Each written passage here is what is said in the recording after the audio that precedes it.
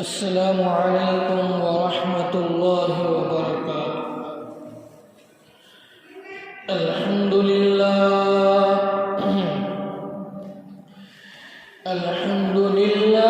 نحمده ونستعینه ونستغفره ونؤمن به ونتوکل علیہ ونعوذ باللہ من شرور انفسنا ومن سیئات اعمالنا، من يهده الله فلا هادي له، ونشهد أن لا إله إلا الله وحده لا شريك له، ونشهد أن محمدا عبده ورسوله، صلى الله عليه وعلى آله وأصحابه أجمعين، أما بعد، فأعوذ بالله من الشيطان الرجيم، بسم الله الرحمن الرحيم، الخبيثات للخبيثين والخبيثون للخبيثات، والطيبات للطيبين والطيبون للطيبات، أولئك مبرؤون مما يقولون، لهم مغفرة ورزق كريم۔ وقال النبي صلى الله عليه وسلم: كل بني آدم خطاؤون، وخير الخطائين التوابون، أو كما قال عليه الصلاة والسلام، صدق الله العظيم وصدق رسوله النبي الكريم۔ محترم حضرات، معزز سامعین کرام،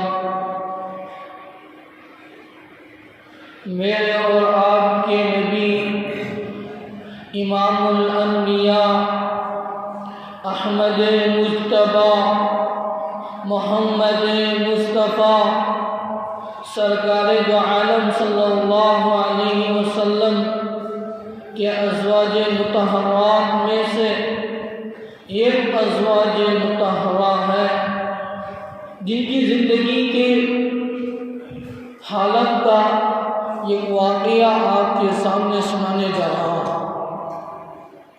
حدیث پاک میں ہے، اللہ کے نبی علیہ السلام کی پہلے زوج مطہرہ حضرت خدیجۃ الکبریٰ رضی اللہ تعالی عنہا کا جب 65 سال ہجرت سے 3 سال قبل جب وفات ہو گئی تو اللہ کے نبی علیہ السلام غم زدہ رہتے تھے، مغموم رہتے تھے۔ جب اللہ کے نبی علیہ السلام مکے سے ہجرت کر مدینہ تشریف لے آئے تو حضرت جبرائیل علیہ السلام اللہ کے نبی علیہ السلام کے سامنے ایک تصویر پیش کی جو ام المؤمنین محبوب خدا مخدومۃ المؤمنین ام المؤمنین حضرت عائشہ صدیقہ رضی اللہ تعالی عنہا کی تصویر کو حضرت جبرائیل علیہ السلام نے اللہ کے نبی علیہ السلام کے سامنے پیش فرمایا کہ اللہ تبارک و تعالی آپ کو حکم کر رہا ہے، حکم دے رہا ہے کہ آپ ان سے نکاح فرمائیں۔ اللہ کے نبی علیہ السلام نے حضرت جبرائیل علیہ السلام سے پوچھا کہ یہ کہاں ہے، کہاں ملے گی؟ تو فرمایا کہ حضرت ابو بکر صدیق رضی اللہ تعالی عنہ کی بیٹی حضرت عائشہ رضی اللہ تعالی عنہا،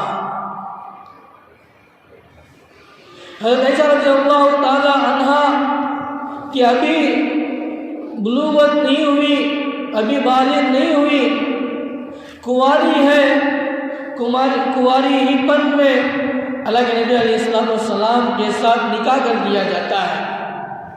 اللہ تبارک و تعالیٰ نے حضرت عائشہ صدیقہ رضی اللہ تعالی عنہا کو یہ اعزاز دیا، یہ اعزاز بخشا کہ کنواری پن میں اللہ کے نبی علیہ السلام کے نکاح میں آئی، گویا حضرت عائشہ صدیقہ رضی اللہ تعالی عنہا بلوغت کی پہلی نگاہ اللہ کے نبی علیہ السلام کے چہرے کو دیکھا۔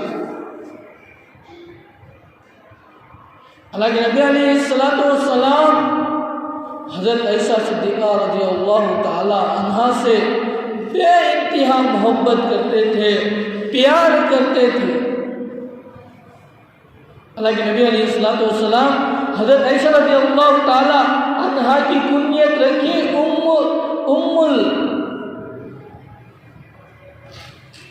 جو ان کے بھانجے ہیں، ان کے بھانجے کی کنیت اللہ کے نبی علیہ السلام نے رکھا اور ان کی طرف منسوب فرمایا اور پیار سے ہمیرا پکارا کرتے تھے اللہ کے نبی علیہ السلام حضرت عائشہ صدیقہ رضی اللہ تعالی عنہا۔ اور اللہ تبارک و تعالیٰ سے اتنی محبت تھی، اللہ تبارک و تعالیٰ حضرت عائشہ صدیقہ رضی اللہ تعالی عنہا کو سلامیں بھیجا کرتے تھے حضرت جبرائیل علیہ السلام کے ذریعے سے کہ اللہ تبارک و تعالیٰ نے حضرت عائشہ صدیقہ رضی اللہ تعالی عنہا کو سلام بھیجتے ہیں۔ اور اتنی محبت تھی حضرت عائشہ صدیقہ رضی اللہ تعالی عنہا سے، ایک مرتبہ درہم اور دینار دھو رہے تھے حضرت عائشہ صدیقہ رضی اللہ تعالی عنہا۔ اللہ کے نبی علیہ السلام نے دیکھ کر پوچھا عائشہ کیا کر رہے ہو؟ تو حضرت عائشہ صدیقہ رضی اللہ تعالی عنہا کہنے لگی کہ میں درہم اور دراہم دھو رہی ہوں۔ کس لیے دھو رہی ہے؟ تو حضرت عائشہ صدیقہ رضی اللہ تعالی عنہا فرماتی ہے کہ جب سے میں نے آپ کے زبان سے یہ بات سنی، بلکہ آپ کا ترجمان آپ کے زبان سے سنا کہ کوئی آدمی صدقہ و خیرات کرتا ہے تو سب سے پہلے وہ مال اللہ تبارک و تعالیٰ کے ہاتھ میں جاتا ہے، تو جب سے میں نے یہ بات آپ کے زبان سے سنی ہے اس وقت سے میں درہم اور دینار پہلے دھویا کرتی ہوں، اس کے بعد میں اس کو صدقہ و خیرات کیا کرتی ہوں۔ کیوں؟ اللہ تبارک و تعالیٰ پاک ہیں، میں چاہتی ہوں کہ کوئی گندگی اس دینار اور درہم میں نہ لگے، اللہ کے ہاتھ میں جاتے ہیں۔ اتنی پیار و محبت حضرت عائشہ صدیقہ رضی اللہ تعالی عنہا سے تھی، اتنی محبت تھی کہ اللہ کے نبی علیہ السلام نے ایک مرتبہ فرمایا اے عائشہ تو مکھن اور کھجور سے زیادہ پسندیدہ ہے۔ اللہ تبارک و تعالیٰ نے حضرت عائشہ صدیقہ رضی اللہ تعالی عنہا کو اتنی ذہانت دے رکھی تھی کہ فوراً جواب میں فرمایا یا رسول اللہ آپ شہد اور مکھن سے زیادہ لذیذ ہیں۔ اللہ کے نبی علیہ السلام مسکرانے لگے اور فرمایا عائشہ تیرا جواب میرے جواب سے زیادہ بہتر تھا۔ اتنی پیار محبت حضرت عائشہ صدیقہ رضی اللہ تعالی عنہا سے اللہ کے نبی علیہ السلام کیا کرتے تھے۔ اور ایک مرتبہ فرمایا اللہ کے نبی علیہ السلام دعائی کلمات کہتے فرمایا اے عائشہ اللہ تبارک و تعالیٰ تیرا چہرہ ہمیشہ خوشگوار رکھے. اس کو وہ کتنی اعزاز والی ہوگی, کتنی فضیلتوں والی بیوی ہوگی کہ اللہ کے نبی علیہ السلام کی زبان سے دعائی کلمات نکل رہے ہیں. اللہ کے نبی حضرت عائشہ صدیقہ رضی اللہ تعالی عنہا کو اللہ تبارک و تعالیٰ نے اتنی ذہانت دے رکھی تھی. ایک مرتبہ حضرت فاطمہ الزہرا رضی اللہ تعالی عنہا حضرت عائشہ رضی اللہ تعالی عنہا کے ساتھ میں بیٹھی ہوئی تھی. مرتبے میں ماں اور بیٹی کا مرتبہ تھا, لیکن عمر کوئی زیادہ نہیں تھی, سہیلیوں کی طرح رہا کرتے تھے حضرت عائشہ رضی اللہ تعالی عنہا اور حضرت فاطمہ الزہرا رضی اللہ تعالی عنہا. دل لگی میں حضرت فاطمہ الزہرا رضی اللہ تعالی عنہا نے حضرت عائشہ صدیقہ رضی اللہ تعالی عنہا کو کہنے لگی ام المؤمنین آپ کے والد تو حضرت ابو بکر صدیق رضی اللہ تعالی عنہ ہیں, میرے والد محمد مصطفیٰ ہیں. حضرت عائشہ رضی اللہ تعالی عنہ تھوڑی دیر خاموش ہو گئی, اس کے بعد فرمانے لگی اے فاطمہ تو سچ کہتی ہے, یہ محمد جو میرے شوہر ہیں تیرے ابو ہیں, انہی کی برکت سے انہی کے طفیل سے اللہ تبارک و تعالیٰ نے ہمیں ایمان دیا ہے, انہی کے طفیل سے اللہ تبارک و تعالیٰ نے ہمیں اسلام دیا ہے, انہی کے طفیل سے اللہ تبارک و تعالیٰ نے ہمیں قرآن دیا ہے. اور اللہ حضرت عائشہ صدیقہ رضی اللہ تعالیٰ عنہ بہت دیر تک اللہ کے نبی علیہ السلام کی تعریف کرتے رہے. اس کے بعد حضرت عائشہ رضی اللہ تعالیٰ عنہا حضرت فاطمہ الزہرا رضی اللہ تعالیٰ عنہا سے کہنے لگی اے فاطمہ میرے دل میں ایک بات آتی ہے. حضرت فاطمہ الزہرا رضی اللہ تعالیٰ عنہا پوچھتی ہیں اے ام المؤمنین وہ بات کیا ہے, وہ بات کیا ہے؟ تو حضرت عائشہ رضی اللہ تعالیٰ عنہا کہتی ہیں اے فاطمہ یہ ٹھیک ہے کہ میرا باپ ابو بکر ہے, تیرا باپ محمد ہے, لیکن ایک بات یاد رکھنا تیرا شوہر علی مرتضیٰ ہے, میرا شوہر محمد مصطفیٰ. جیسے حضرت فاطمہ الزہرا رضی اللہ تعالی عنہا یہ جواب سنی تو حضرت فاطمہ الزہرا رضی اللہ تعالی عنہا خاموش ہو گئی. پھر تھوڑی دیر کے بعد حضرت عائشہ رضی اللہ تعالی عنہا کہنے لگی اے فاطمہ اور ایک بات میرے دل میں آ رہی ہے. حضرت فاطمہ الزہرا رضی اللہ تعالی عنہا پوچھنے لگی وہ کیا بات ہے؟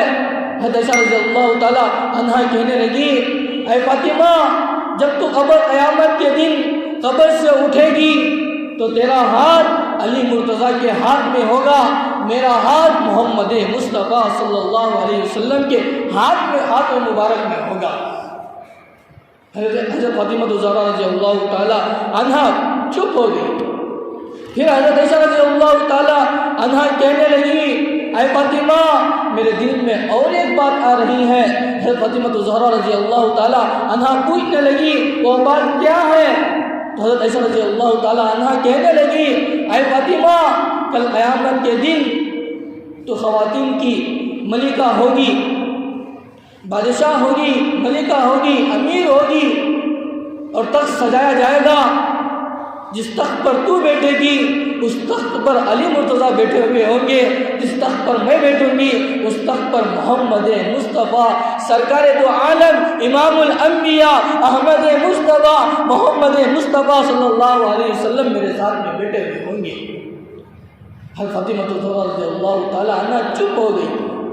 دوستو حضرت عائشہ رضی اللہ تعالی عنہا کو اللہ تبارک و تعالیٰ نے اتنی ذہانت دے رکھی تھی کہ بڑے بڑے صحابہ کبار صحابہ حضرت عائشہ رضی اللہ تعالی عنہا سے مسئلے پوچھا کرتی تھی, اور اللہ تبارک و تعالیٰ نے اس اعزاز سے بھی نوازا ہوا تھا کہ سب سے پہلے عورتوں میں حافظ قرآن اگر کوئی تھی تو وہ اعزاز حضرت عائشہ رضی اللہ تعالی عنہا کو ملا.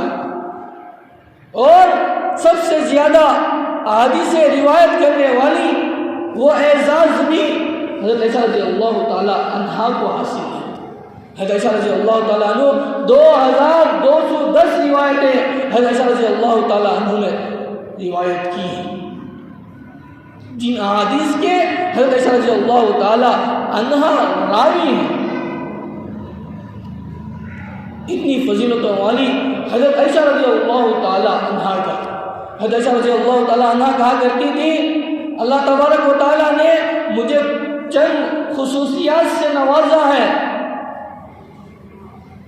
چند خصوصیات سے اللہ تبارک و تعالیٰ نے نوازا ہے۔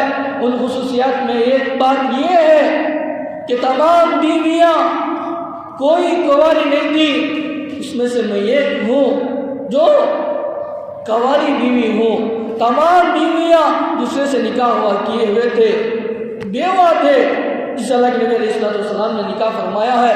ایک بیوی ایسی ہو جو میں کنواری ہوں، یہ شرف بھی اللہ تبارک و تعالیٰ نے مجھے نوازا، یہ اعزاز بھی اللہ تبارک و تعالیٰ نے مجھے عطا کیا۔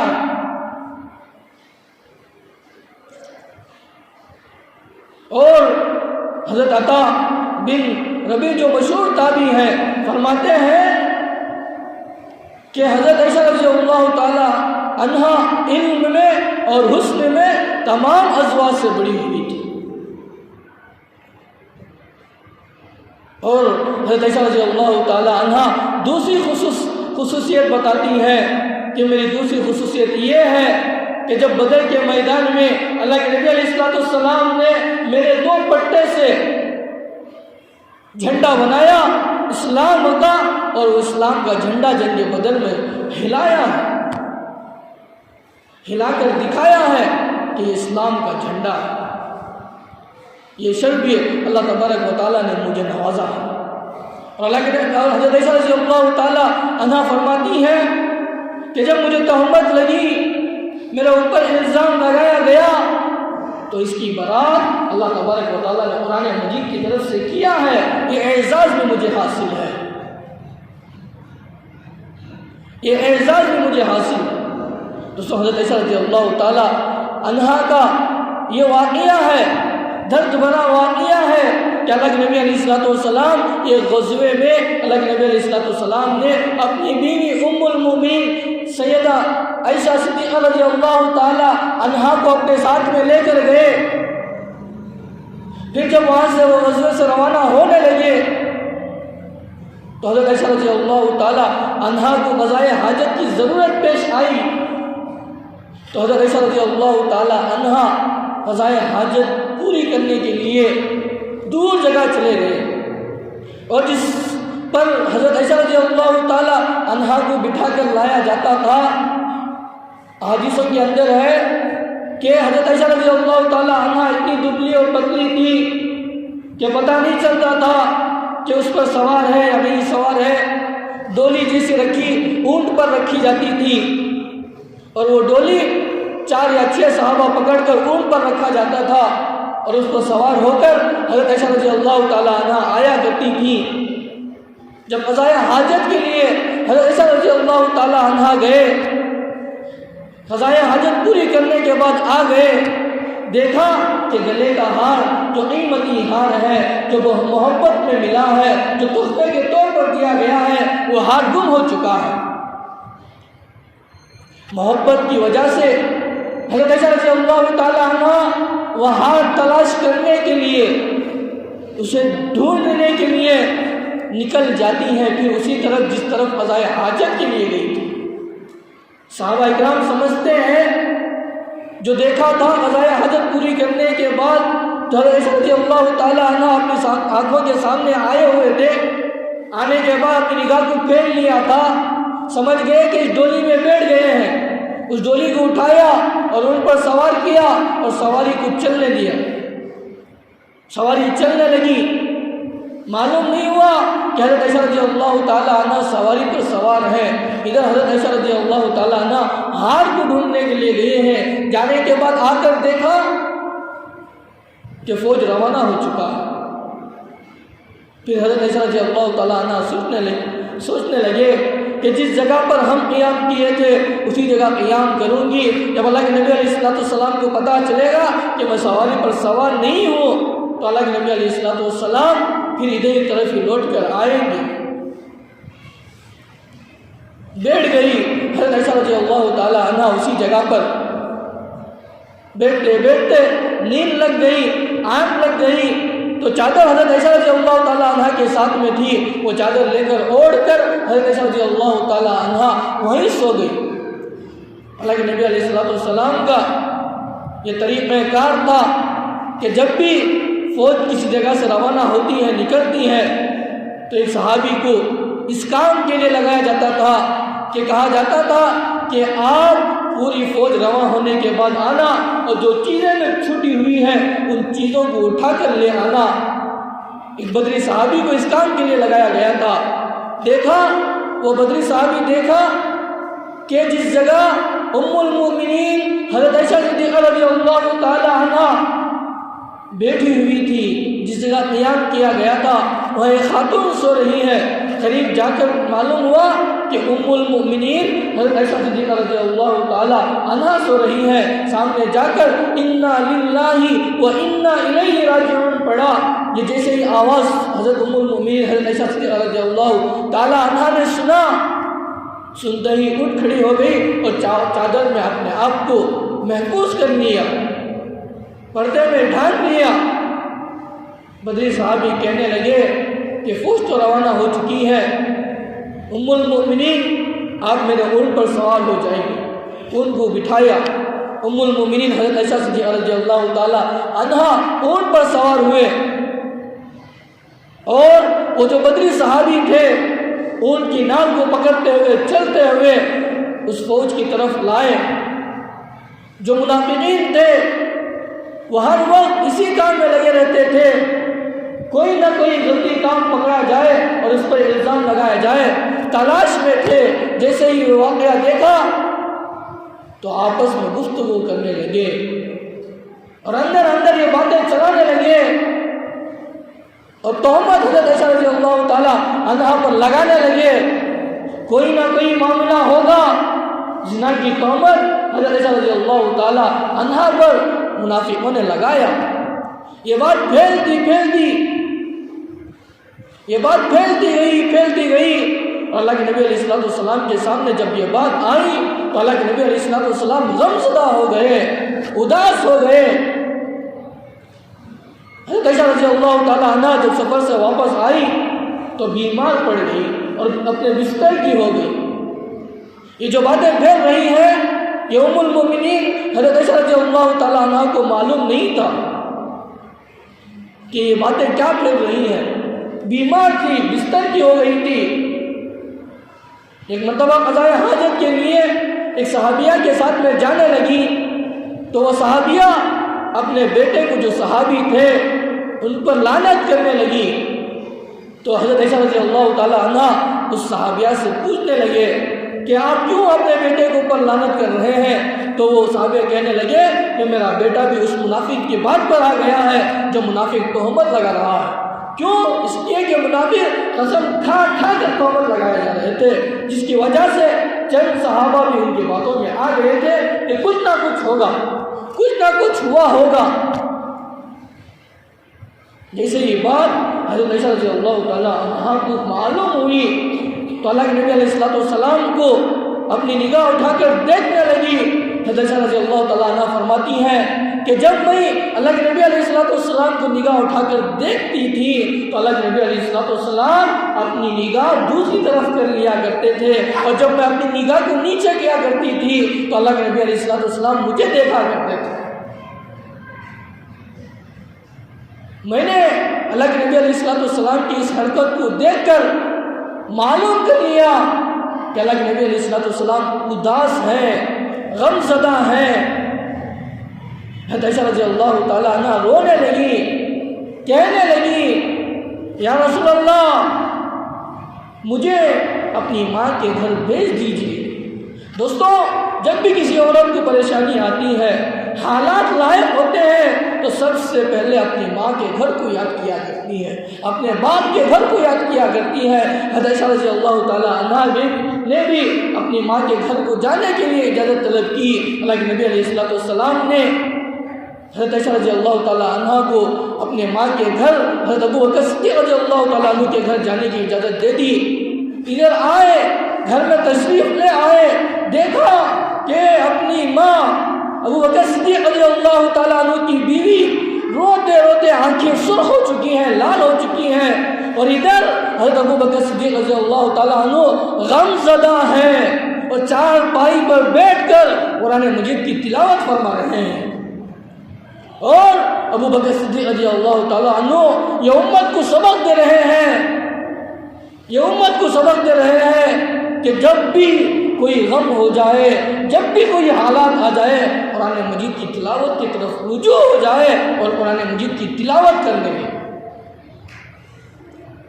ان حالات کو دیکھ کر حضرت عائشہ رضی اللہ تعالیٰ عنہ پہلے سے ہی بیمار تھی، اور زیادہ ٹوٹ گئی اور زیادہ رونے لگی، اور ایک کنارے کی طرف اللہ کی طرف رجوع ہونے کے لیے جانے لگی تو ان کی ماں پوچھنے لگی، عائشہ تو کہاں جا رہی ہے؟ اس طرف سے، اس وجہ سے پوچھ رہی ہے کہیں اس غم کی وجہ سے کچھ نہ کر لے اپنی بیٹی۔ تو حضرت عائشہ رضی اللہ تعالیٰ عنہ کہنے لگی کہ میں اپنے اللہ کو منانے کے لیے جا رہی ہوں، اور اللہ تبارک و تعالیٰ کی طرف رجوع ہوئے اور اپنے دونوں ہاتھ اٹھا کر کہنے لگے، اے پروردگار، اے کمزوروں کو ساتھ دینے والے، اے مظلوموں کے دستگیر، اے پریشانی میں رہنے والوں کو آسان کرنے والے، اے پروردگار، تم نے حضرت یوسف علیہ السلام کو برات ظاہر کی ہے، تم نے مریم علیہ السلام پر جو تہمت لگی تھی اس تہمت کو تم نے کھول کر دکھایا ہے، صاف کر دکھایا ہے۔ آج تیرے محبوب کی محبوبہ پریشانی کے ساتھ مبتلا ہے، اس پر الزام لگایا گیا ہے، اس پر تہمت لگائی گئی ہے۔ آج تیرے سامنے میں ہاتھ اٹھا کر یہ دعا کر رہی ہوں کہ تو اس کو صاف کر دے، پاک فرما دے، دکھا دے جو اصل بات ہے۔ دوستو، حضرت عائشہ رضی اللہ تعالیٰ عنہ فرماتی ہیں کہ ادھر میں اللہ کی طرف رجوع ہو کر بیٹھی ہوئی تھی، ادھر اللہ کے نبی علیہ السلام مسجد نبوی کے اندر بیٹھ کر صحابہ کو اکٹھا کیے ہوئے تھے اور صحابہ سے رائے مشورہ لے رہے تھے۔ حضرت عمر رضی اللہ تعالیٰ عنہ سے پوچھا، اے عمر تیری کیا رائے ہے؟ تو حضرت عمر رضی اللہ تعالیٰ عنہ نے فرمایا، یا رسول اللہ، آپ کے جسم مبارک کے اوپر اللہ تبارک و تعالیٰ گندی مکھی بیٹھنے کے لیے حکم نہیں فرماتا، کیسے آپ کے ہم سفر کو ناپاک کام کرنے کے لیے حکم دے گا؟ کیسے برداشت کرے گا؟ حضرت علی رضی اللہ تعالیٰ عنہ سے اللہ کے نبی علیہ السلام نے پوچھا، اے علی تیری کیا رائے ہے؟ تو حضرت علی رضی اللہ تعالیٰ عنہ کہنے لگے، یا رسول اللہ، اللہ تبارک و تعالیٰ نے آپ کے سائے کو نہیں بنایا، کیوں؟ اس لیے کہ کسی گندا قدم آپ کے سائے پہ نہ پڑ جائے۔ جو اللہ آپ کے سائے میں گندا قدم پڑنے کی وجہ سے سائے کو نہیں بنایا، وہ کیسے ناپاک بیوی کو آپ کے ساتھ میں ہم سفر بنا سکتا ہے؟ اور دل لگی میں حضرت علی رضی اللہ تعالیٰ عنہ نے فرمانے لگے، یا رسول اللہ، آپ کو بیویوں کی کوئی کمی نہیں ہے، اب جیسا حکم کر سکتے ہیں، کیسا فیصلہ کر سکتے ہیں۔ حضرت عمر رضی اللہ تعالیٰ عنہ کو یہ برداشت نہیں ہوا۔ حضرت عمر رضی اللہ تعالیٰ عنہ کھڑے ہو گئے، کھڑے ہو کر فرمانے لگے، یا رسول اللہ، یہ جو رشتہ طے کیا ہے، یہ کس نے رشتہ طے کیا ہے؟ اللہ کے نبی علیہ السلام نے آسمان کی طرف انگلی سے اشارہ کر فرمایا کہ یہ رشتہ اللہ تبارک و تعالیٰ نے کیا ہے۔ تو حضرت عمر رضی اللہ تعالیٰ عنہ فرمانے لگے، یا رسول اللہ، اللہ تبارک و تعالیٰ اگر یہ رشتہ کیا ہے تو یہ سراسر تہمت ہے، سبحانک ھذا بہتان عظیم،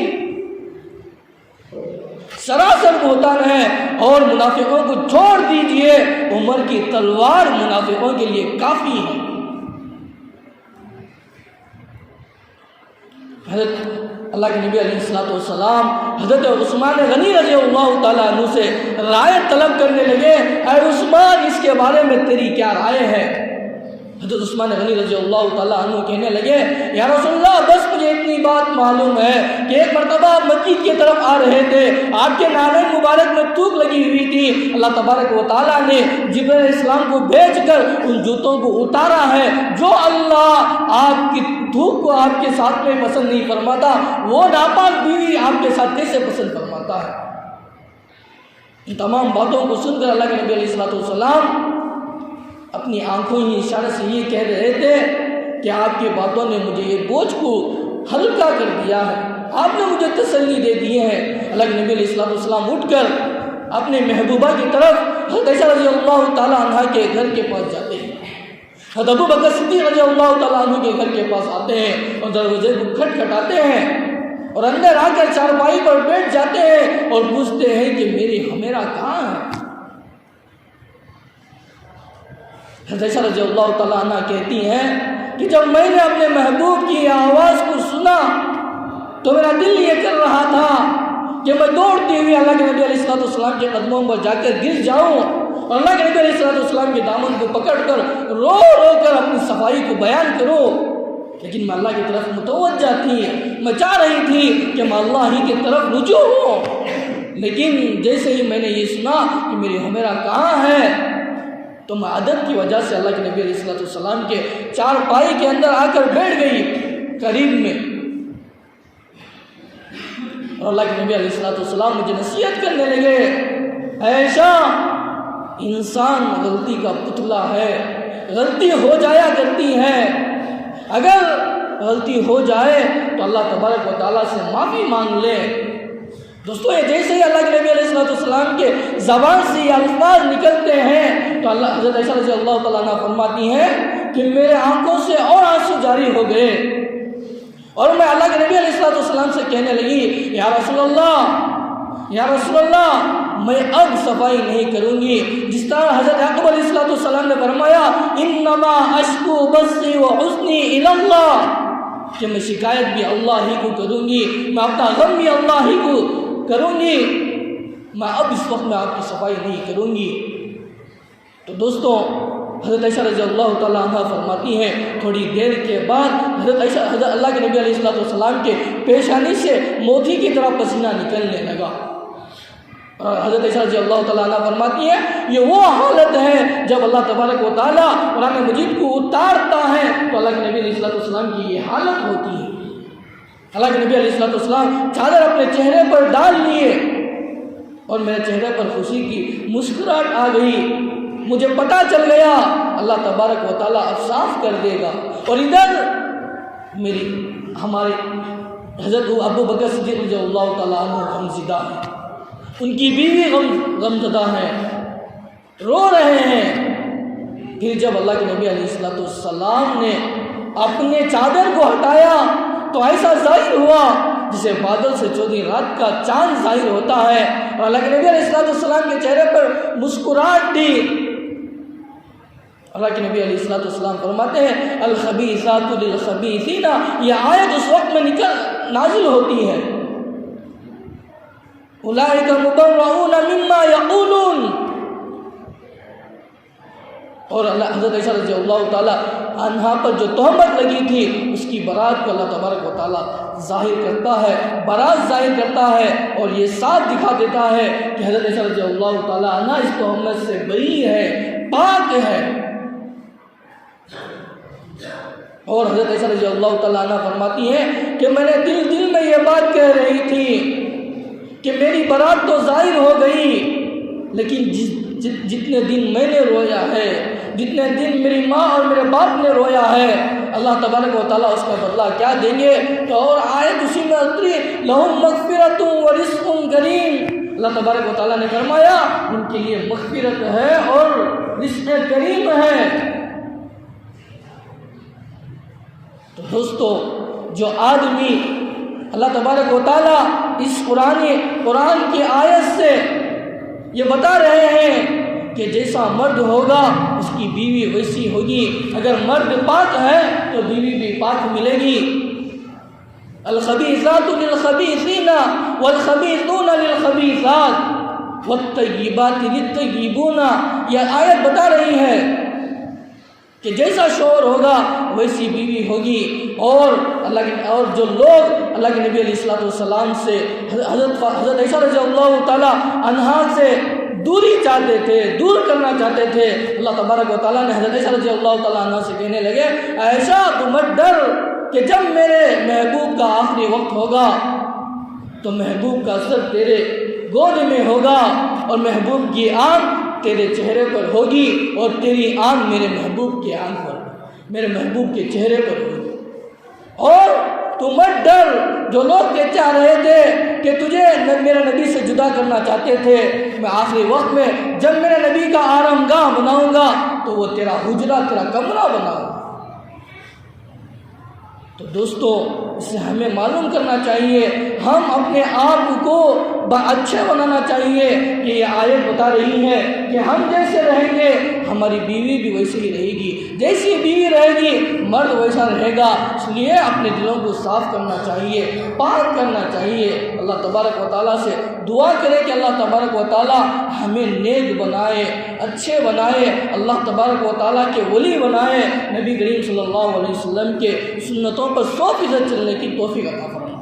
اور آخر میں ایک دو مسئلے بتانا چاہتا ہوں۔ گزشتہ جمعہ بھی میں نے دو مسئلے بتائے تھے کہ ایک مسئلہ یہ ہے کہ امام صاحب نماز کے لیے کھڑے ہوئے ہیں، نماز میں کھڑے ہونے کے بعد دو تشہد ہوتے ہیں، ایک پہلا قیدہ ہوتا ہے، ایک دوسرا قیدہ آخرہ ہوتا ہے۔ قیدہ اولا جب 2 رکعت کے بعد بیٹھے جاتے ہیں، التحیات پڑھتے ہیں، اشہد اللہ پڑھتے ہیں، اس کے بعد کھڑے ہو جاتے ہیں۔ دوسرا قیدہ آخرہ جو سلام التحیات پڑھ کر، درود پڑھ کر، دعائے معاشرہ پڑھ کر سلام پھیلایا جاتا ہے، اسے قیدہ آخرہ کہا جاتا ہے۔ صرف التحیات پڑھ کر درود یہ اشہد اللہ پڑھا جاتا ہے، اسے قیدہ اولا کہا جاتا ہے۔ اور یہ قیدہ اولا یہ واجب ہے، واجبات میں سے، نماز کے واجبات میں سے۔ اگر امام صاحب یا چاہے خود مقتدی کھڑا ہوا ہو، امام صاحب کی بات سمجھ لیں، امام صاحب رکعت میں 4 رکعت کی نیت سے رکعت باندھے ہوئے تھے، کھڑے ہو گئے، قیدہ اولا میں نہیں بیٹھے۔ قیدہ اولا جو پہلا دوسری رکعت میں جو بیٹھا جاتا ہے اس قیدہ اولا میں نہیں بیٹھے، بھولے سے اٹھ کر کھڑے ہو گئے، تو اس وقت میں مقتدی کو چاہیے کہ وہ بھی سیدھا اٹھ کر کھڑے ہو جائے، یہ کوشش نہ کرے امام صاحب کو بٹھانے کی کوشش نہ کرے، یہ واجبات میں سے چھوٹے ہوئے ہیں۔ اس کی وجہ سے کیا ہوگا؟ سجدہ سہو واجب ہوگا کہ آخری جو قیدہ آخرہ ہے اس وقت میں التحیات پڑھ کر سلام پھیر کر امام صاحب کو سجدہ سہو کرنا ہوگا۔ اگر سجدہ سہو نہیں کریں گے امام صاحب تو نماز نہیں ہوگی، نماز دہرانا ہوگا۔ امام صاحب کو یہ کوشش نہیں کرنا چاہیے، یہ واجبات میں سے ہیں۔ اگر امام صاحب اٹھ رہے ہیں، بیٹھنے کے قریب ہے تو امام صاحب کو چاہیے کہ بیٹھ جائے، اگر کھڑنے کے قریب ہے تو امام صاحب کو چاہیے کہ کھڑے ہو جائے۔